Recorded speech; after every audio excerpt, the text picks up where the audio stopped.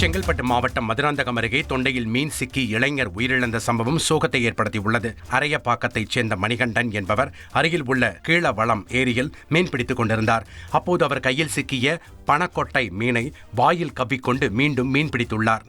திடீரென வாயில் கவ்விக்கொண்டிருந்த மீன் தொண்டையில் சிக்கியதால் மூச்சுவிட முடியாமல் திணறிய மணிகண்டன் செங்கல்பட்டு அரசு மருத்துவமனைக்கு கொண்டு செல்லும் வழியிலேயே பரிதாபமாக உயிரிழந்தார்.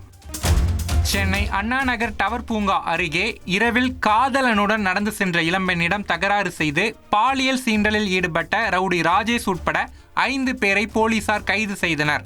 அந்த கும்பல் காதலனை தாக்கிவிட்டு இளம்பெண்ணிடம் பாலியல் சீண்டலில் ஈடுபட்டதாக தெரிகிறது. இது குறித்து இளம்பெண் அளித்த புகாரின் பேரில் சிசிடிவி காட்சிகளை ஆய்வு செய்த அனைத்து மகளிர் காவல் நிலைய போலீசார் சம்பவத்தில் தொடர்புடைய வில்லிவாக்கத்தைச் சேர்ந்த ரவுடி ராஜேஷ், அவனது கூட்டாளிகள் வேல்முருகன், லோகேஷ் மற்றும் 17 வயது சிறுவன் உட்பட 5 பேரை கைது செய்தனர். தந்தி டிவியை உங்கள் கேபிள் டிவி ஆபரேட்டரிடம் இலவசமாக கேட்டு பெறுங்கள்.